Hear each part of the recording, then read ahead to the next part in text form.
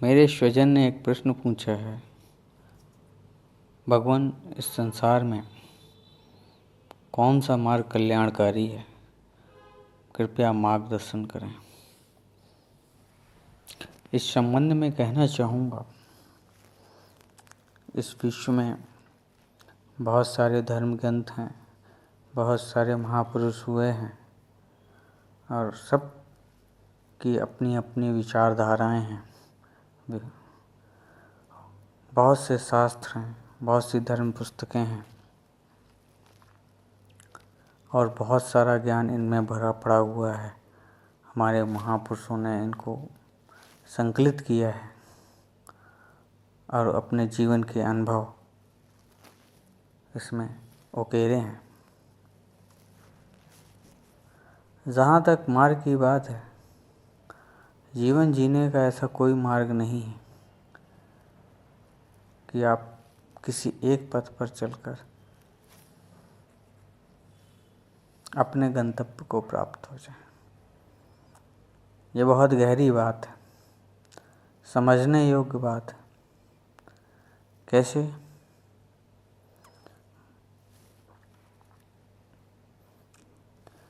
एक छोटे से उदाहरण से समझ लीजिए। जब आप कभी उदास होते हैं और बहुत गहरे सदमे में होते हैं, अगर आपको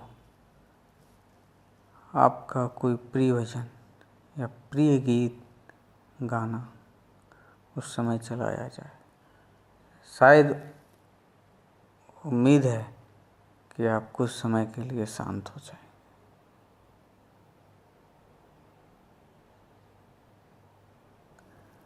तो इसी प्रकार ये जीवन है।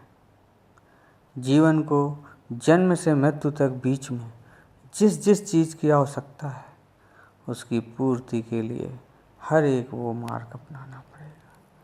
हमें शरीर के लिए हो सकता है योग का सहारा लेना पड़े, खेलकूद का सहारा लेना पड़े, हाँ, क्योंकि इस शरीर को आनंदित करना है, मन को आनंदित करना है, इस शरीर को सुख देना है। जो लोग कहते हैं कि जीवन में शारीरिक सुख, मानसिक सुख कुछ नहीं होता, ये बहुत बड़ी चीज़ है। अगर आपका मानसिक और शारीरिक सुख से आप स्वस्थ हैं, सुखी हैं,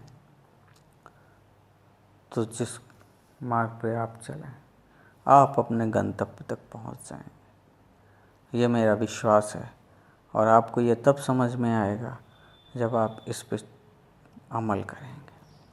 और मेरी कही हुई बातों पे मत जाना, बिल्कुल मत जाना। ये अपना खुद का अनुभव करना, एक छोटा सा अनुभव। इस भौतिक शरीर से किसी को कष्ट मत देना, बस।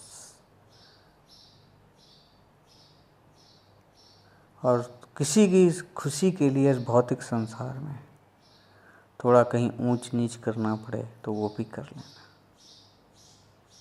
अपने विचारों से समझौता कर लेना, लेकिन किसी को दुख मत देना।